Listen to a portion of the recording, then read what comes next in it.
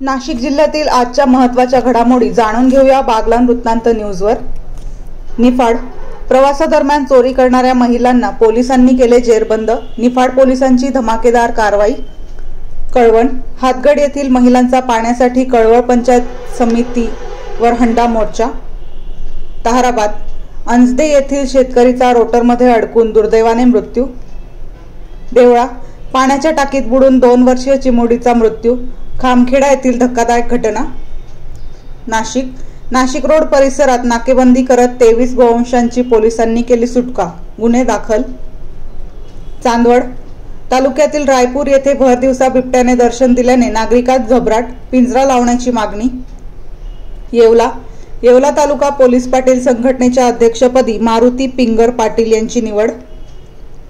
नाशिक दरोड्याच्या तयारीत असलेल्या सराईत गुन्हेगारांना उपनगर पोलिसांनी ठोकल्या बेड्या।